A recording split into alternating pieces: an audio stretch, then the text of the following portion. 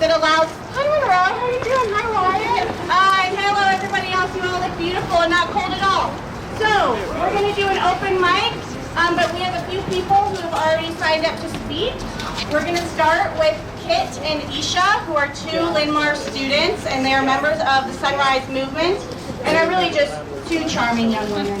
So give it up for Kit and Isha!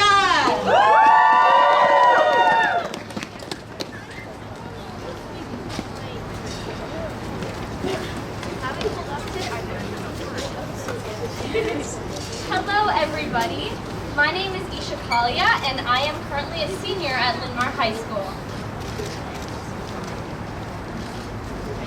And my name is Kit Iyer, and I'm also a senior at Linn-Mar High School.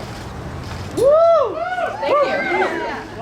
So turning 18 was a big turning point for me. The morning of my birthday, I went straight to the DMV first to renew my license because that was a higher priority. But also, I had not registered to vote yet, so I wanted to do that. I've never been one to plan things out. Between Isha and me, that's her job. She plans all the birthday parties, the trips, everything. I, on the other hand, live very day to day, and sometimes even hour to hour. And I've recently become aware of this fact now that I'm applying to college and have to start planning my future. I always thought that this just stemmed from uncertainty or commitment issues. I know what I want to do with my life a little bit, but if you ask me where I want to go to college, what my dream job is, where I want to live, how many kids I want to have, what my biggest goals and aspirations are, I couldn't tell you. And typically when I tell adults, oh, I'm not sure yet, I get the same response every time. They say, Kit, you're young. You have plenty of time to figure it out. Don't worry. But I do worry. I worry because I don't know if I'm safe. I worry because I don't know if my planet, my home, is safe. I worry because it's difficult to plan my future when I don't know whether or not I'll have a secure future. My future, your future, and our children's futures all lie in the hands of policymakers. So I want to thank you guys for coming out today. Your involvement helps our voices reach policymakers. And now that I'm finally 18, I can do what some older generations are failing to do for me and those younger than me. We are running out of time, so showing up and showing that you care, all of this helps show that climate is our top priority. Thank you very much.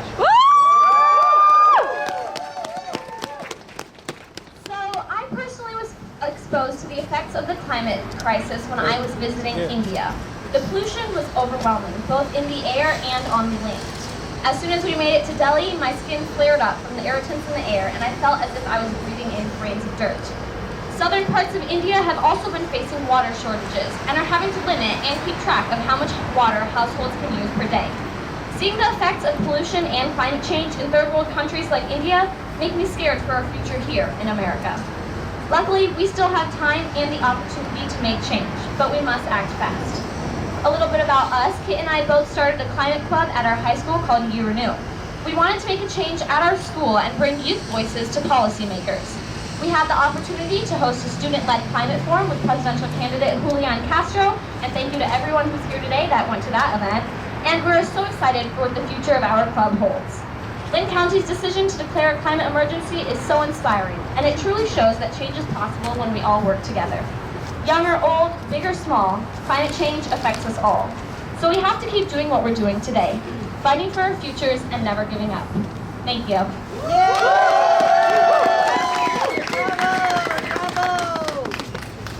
Thank you so much, you two. Is there anybody in the crowd who'd like to come and talk about climate change or environmental protection? We've got someone over here. Come on up. And what's your name? John. John? Okay, take it away. So I've been watching this for the last 10 years, and I'm about 52 years older than the previous speakers. But I finally made it a determination that this is what I'm going to try to spend the rest of my life fighting for. And I started out by investing in an electric car. And I think that is something that we all have to start thinking about. I see so many people around me and they're still buying gas cars because there are so many misconceptions about electric cars. They are faster, they are more fun, they're more connected, and they're more powerful than gas cars, and they don't pollute our environment. I had the occasion to sell my gas car, a couple weeks, actually a couple months after I got my electric car. But before I sold it, I took my electric car on a trip and I pulled my gas car into the garage. And I got out of that gas car and I thought, oh yuck, gas fumes, because I had gotten used to no gas fumes. Particularly those of us who are older, we grew up going through the 50s and 60s. We got accustomed to breathing in garbage all our lives, and we're used to that. Every time we go to a parking lot, every time we get out of our car in our garage, we are comfortable with being poisoned, but no more. We have to learn that we can live in a clean environment, and we have to take action to make that happen.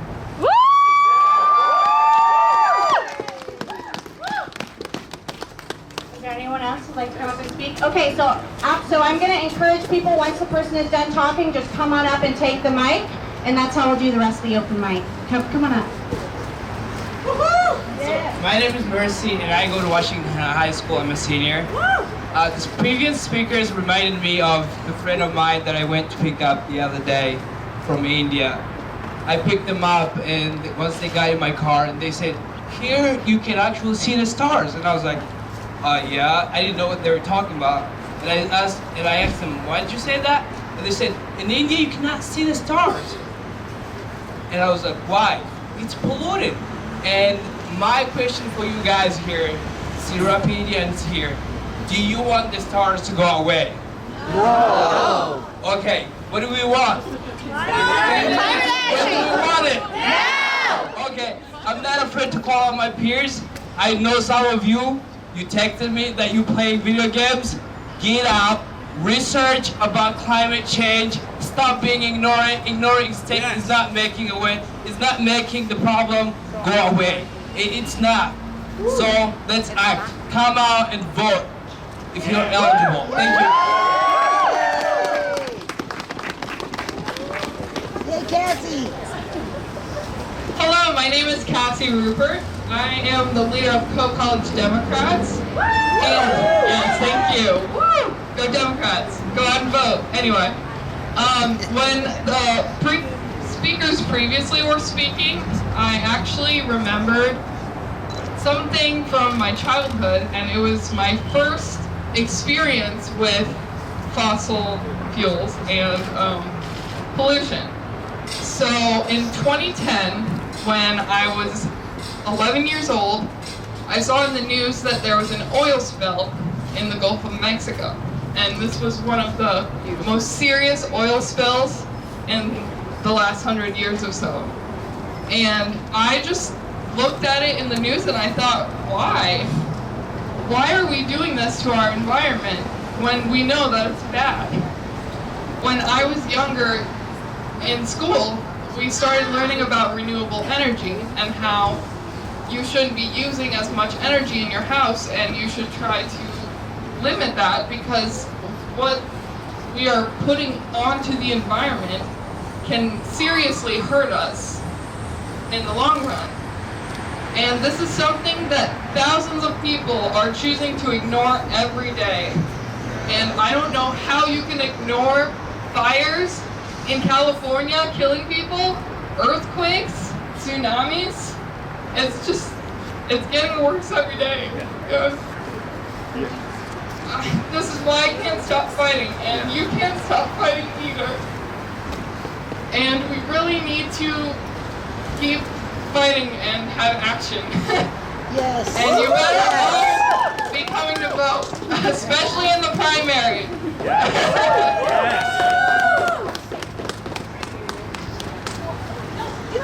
You can talk. Good job.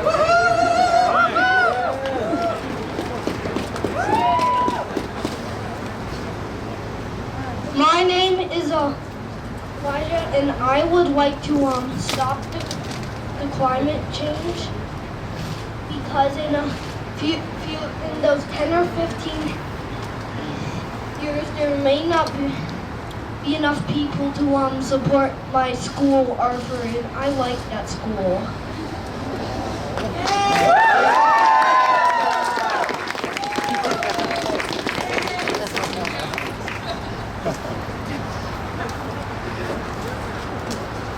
Elijah, I'm sorry for so many of you. out there that are much younger. For those of you who aren't, maybe you remember things like the 70s when we had the oil crisis and everybody's worried about getting their gasoline and we were going to get more fuel efficient cars.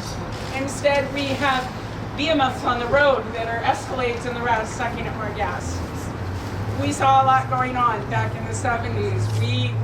Some of us were there to see the first Earth Day.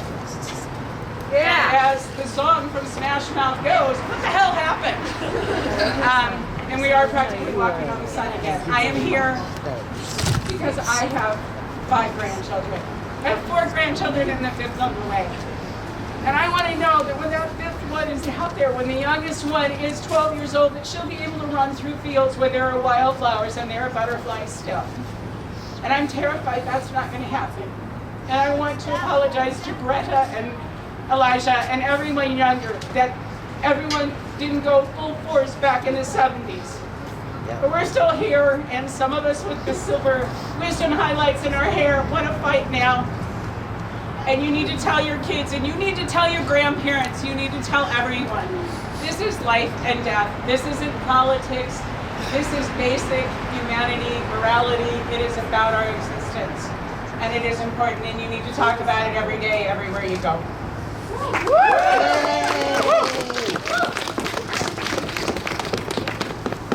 Hi everyone, my name is Isabella. I'm originally from New York City, so I don't have a lot of experience seeing stars.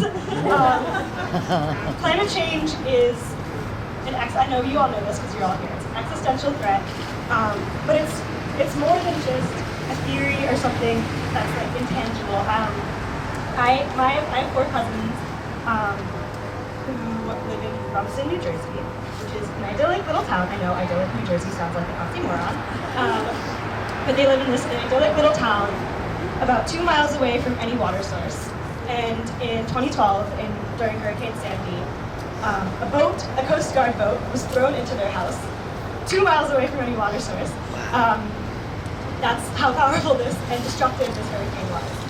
And at the time, my aunt was battling breast cancer, and my cousins and my aunt and my uncle were displaced from their home in this suburban town in New Jersey that looked like nothing could touch it. It was on top of the world. Everyone there was living their American dream. All of a sudden, reality came crashing in.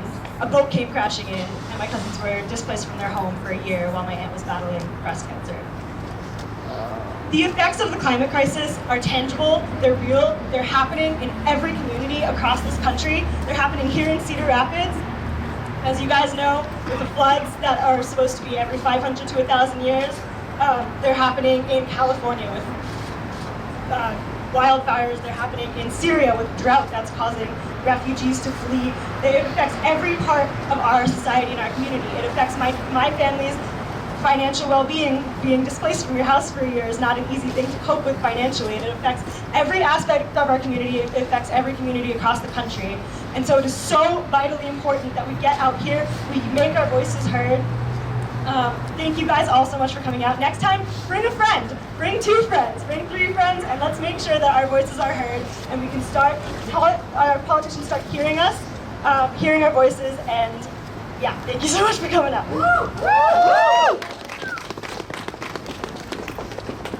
Hi, my name is Jeff, and I really had no intention of speaking tonight. It didn't even occur to me, but as we came past the Alliant Energy building, I couldn't help myself. Eat the mic! Last legislative session, Alliant Energy and Mid-American Energy had a bill that almost went through. It was called the Anti-Net Metering Bill. Hold the mic closer. They had a bill called the Anti-Net Metering Bill, Alliant Energy and Mid-American Energy. And it's likely to come through again this legislative session, and it would greatly hamper those of us that want to support solar and wind energy. This is directly related to climate change. So please keep your eyes and ears open for that and try to protest it when it comes around, because it'll be back. Yes.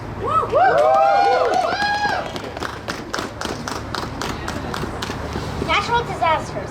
Natural disasters are happening every day. And some of these natural disasters are happening due to climate change. And there are greenhouse effects up in our atmosphere. atmosphere causing global warming.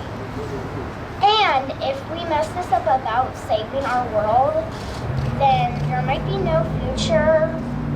So get ready, guys. Let's save the world!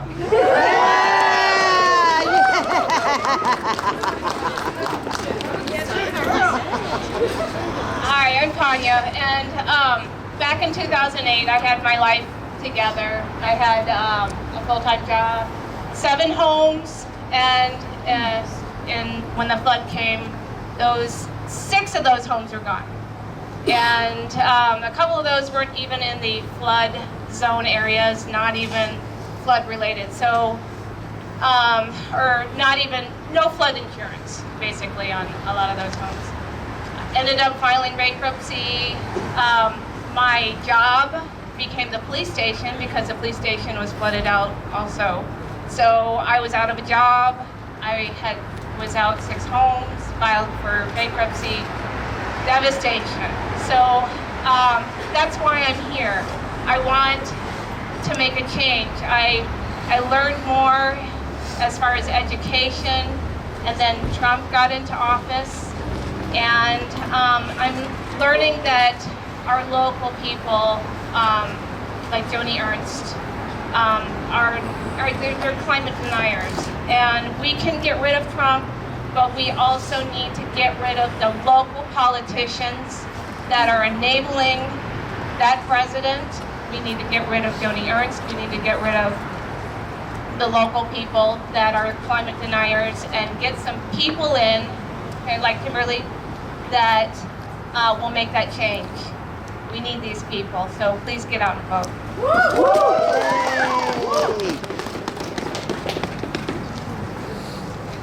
My name is Wyatt. I didn't intend to speak either. We need to all make a change. We all know that at this point. We need to tell people who we know about making a change to try and save the earth, because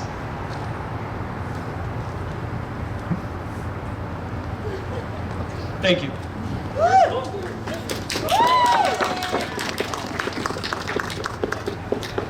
Before anyone else comes up, I just want to thank those who have spoken thus far, just to say that this is a really emotional topic, and to come up here and talk about why you care and to talk about why this matters is really powerful. So thank you, everybody.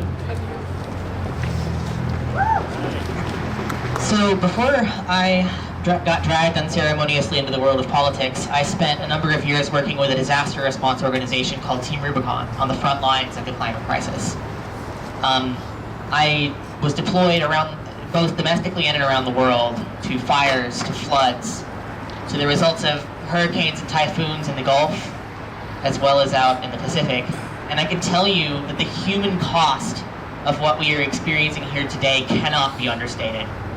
I think, in many parts of the country, people are largely insulated until it happens to them. But it can happen to them, and it will happen to them, and it is only getting worse.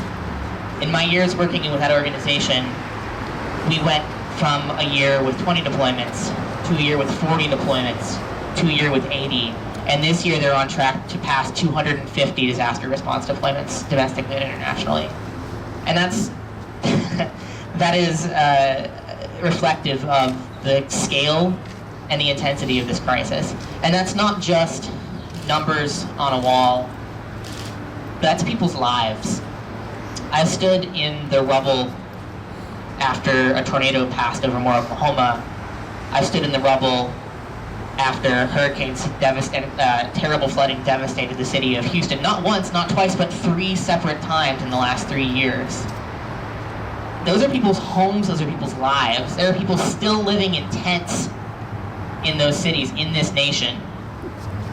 Ain't right. Because our government refuses to address this climate crisis, either in resiliency on the front end or in disaster response on the back end. We've seen this administration rip funding away from FEMA, funding that's desperately needed to clean up the mess and to rebuild lives. And it's time for a change. Nicely said.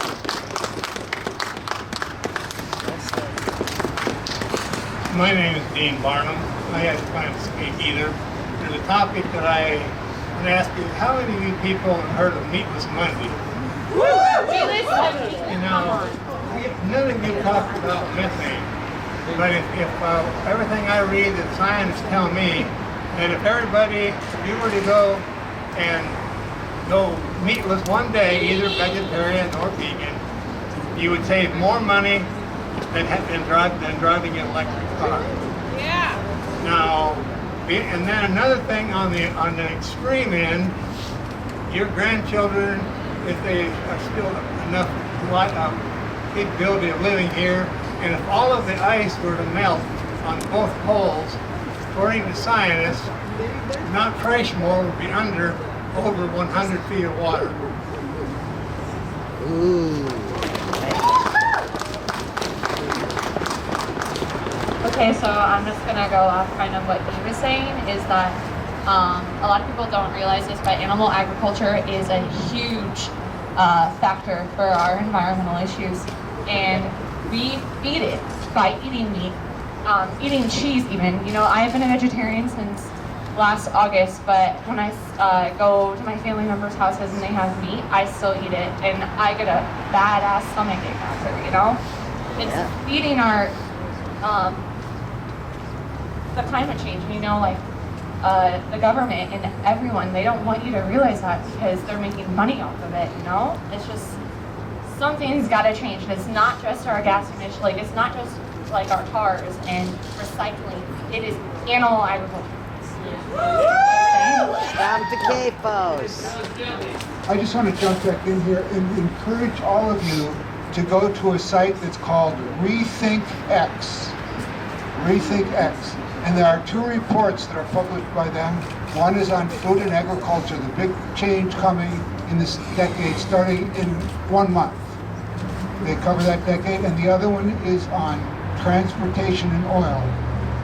There are 2 reports, they're each about 70 pages long, but it lays out the transition away from meat as we know it to something called precision fermentation, and the other one talks about the move to electric vehicles and away from fossil fuels. That will really help you understand these issues.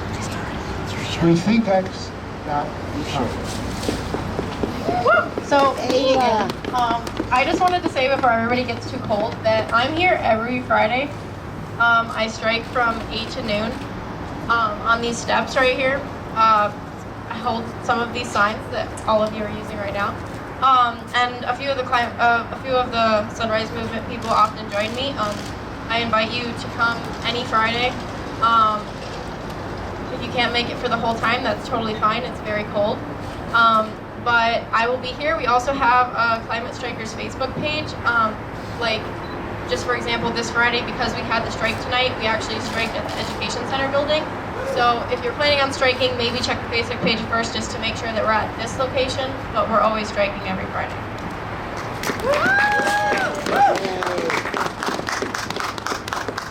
What's up, guys? My name is Harold, and I'm a junior at Coe College.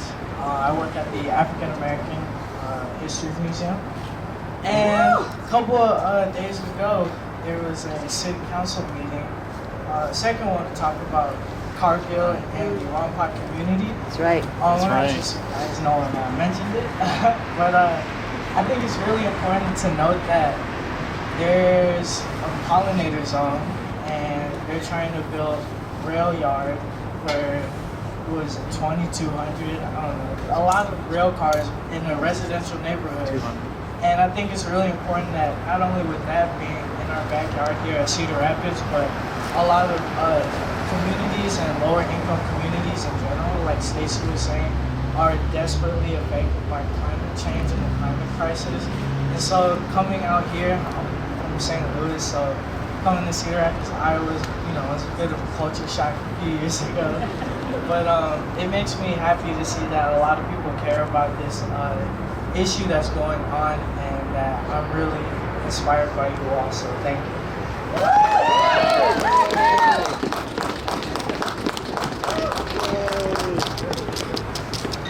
Hi everyone, I also go to Coe College. My name is Angel Ramirez. Has anyone heard of an oxygen bar? I have. Yes. Okay. We have an oxygen bar here in Des Moines, Iowa. They sell and profit off of giving people clean air.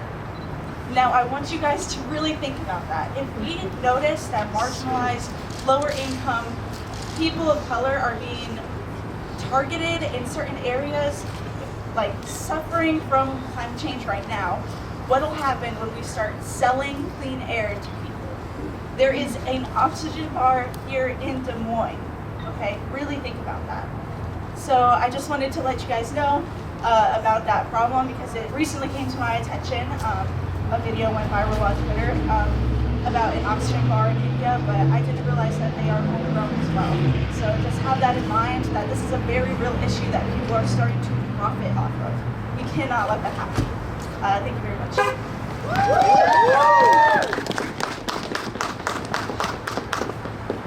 Is there anyone else who'd like to speak? Levi, of course. Hi everybody, I'm Levi.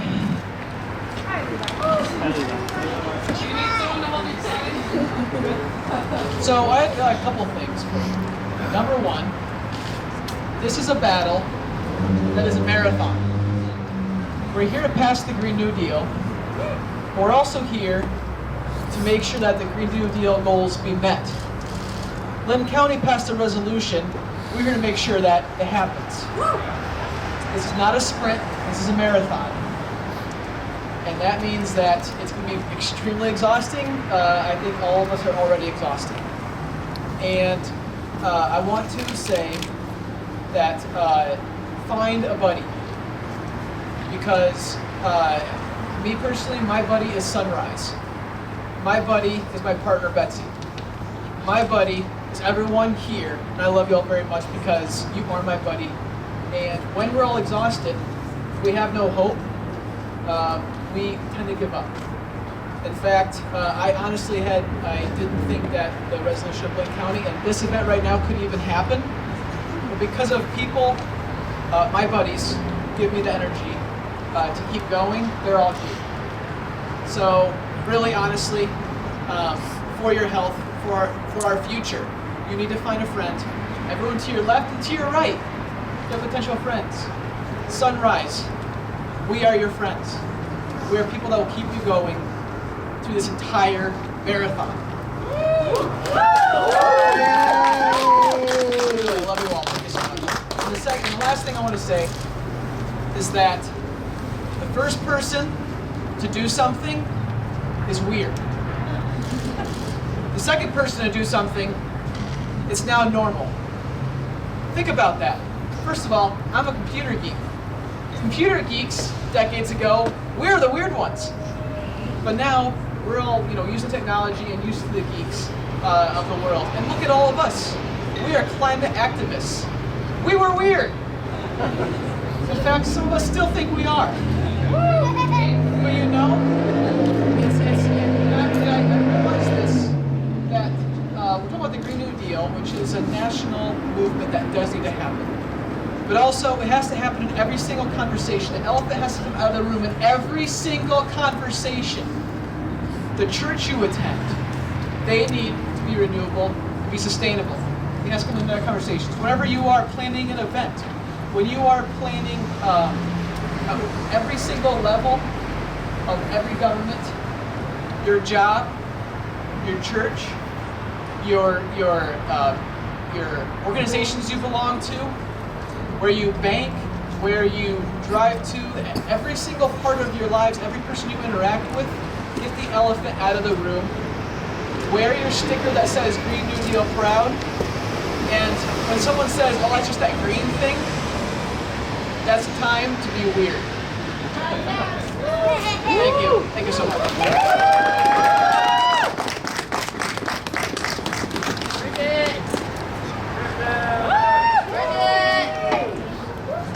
Is there anybody else who'd like to come up? Okay. John Wright. Hi. How's it going? My name's John. As you can probably tell, I'm not really a public speaker. Takes a little courage. A little thing about courage, it's a rare thing to see in our politicians. when they talk about what they're going to do, they talk about grand ideas, and then behind closed doors, they're taking money from lobbyists, taking money from PACs, and then they lose that kind of ideas that they said they're so strongly for. So I hope, one, will vote, and two, take a close look at who you're voting for. I'm going to plug Kimberley Graham. She's a very authentic and courageous politician. I'm not going to call her. I take that back. She's not a politician. She's an activist that's going to get in government and change it for the better. And there's a couple more out there like her. Take a close look. Look at who they're getting their money from for their campaigns. And take that to heart, because that's who they're going to fight for. If they're taking money from lobbyists, you can bet that's who they're going to listen to when they get in office. So, I mean, this is real. It took me about 10 years to get through school. I changed through a couple different professions before landing on environmental science. I see what's happening. There's kids here, so I won't say the experts, but it's scary. And it's real, and it needs change, and it needs it now. So take those voices. Our voices are loud, but they're louder when we get the darn money out of politics and get people in there that are going to do something. Thank you.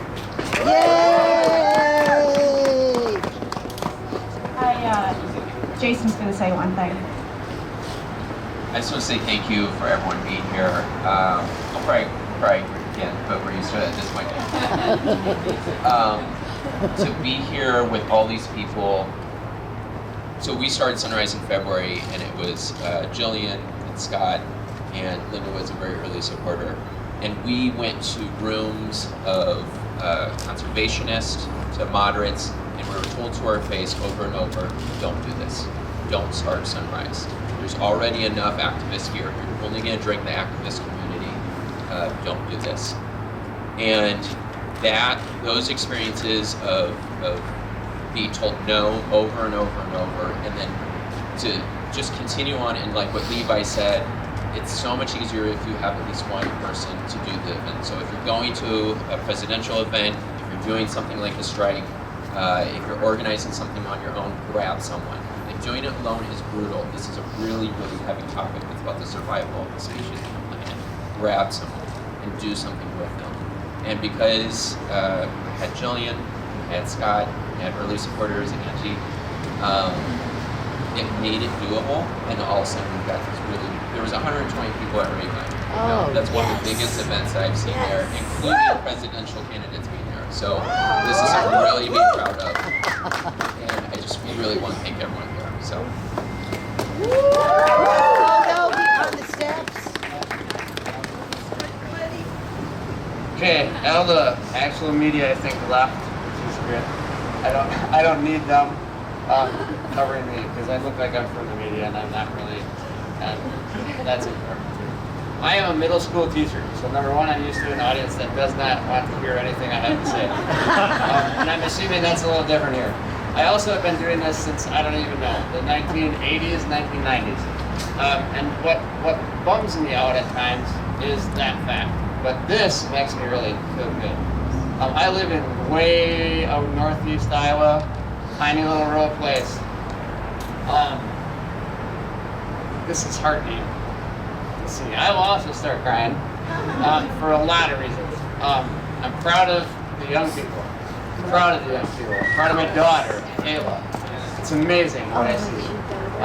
Greta, other people, all of these young people from Polk College and other places. It's incredible. The kids from Iowa City, amazing. It's unbelievable, and it literally is your game now. You have to do it for us. I know. Al Gore pointed out in the 90s, right? And I've taught climate science to middle schoolers, to these kids. Some of them, they're here, so that in the 50s they knew that our CO2 emissions were spiking and temperatures were spiking. And we still have done nothing but build those things. And that bank and the other buildings behind you that are puking out stuff, coal plants. We're still building coal plants. We still haven't stopped that. Like sometimes this like makes my brain hurt because I have been protesting against things like mining since in northern Wisconsin, and they're still protesting against mining in northern Wisconsin. And they're still squashing people like indigenous peoples in North Dakota because of a pipeline that currently goes through Iowa, thanks to our state representatives, and goes under the Mississippi River. The U.S. Bank funds it. And the U.S. Bank funds it. I'm sorry, like I have to talk reality, really. And it is politicians. You have to vote, and you have to vote Joni Ernst out of office. And some of the others as well, including Chuck Grassley, including others who are awful. They are doing you no good. No good, unless you have a ton of money already. That's it. And I'm a little tiny teacher. Like that's what I know, right? You all know it as well. The people that drive BMWs and build buildings like that, they're not us. They are not. The real people in this country need to take it back. And that's what those young kids understand. Because they're just starting. And we can't let them have to fail and have to live like some of us do, day by day, not having any insurance. That's ridiculous in this country. Like, I'm angry about this. I feel angry. I'm upset. I'm scared. I am disappointed in my generation and the generation before me and the generation right behind me. But this young generation right now, I am literally inspired to tears by them. Yes. You guys are yes. Thank you very much. Thank you for teaching. Yeah, you bet. I like it. Can we just give a round of applause to everyone who spoke tonight?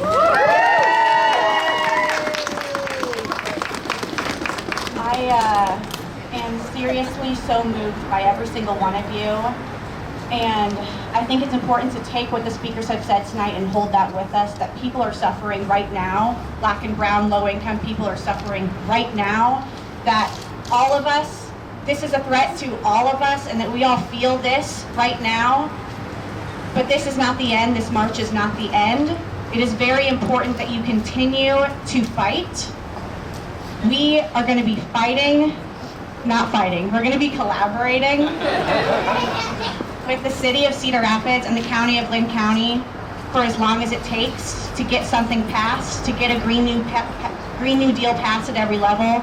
We're going to get Kimberley Graham into the Senate. Woo! Yes.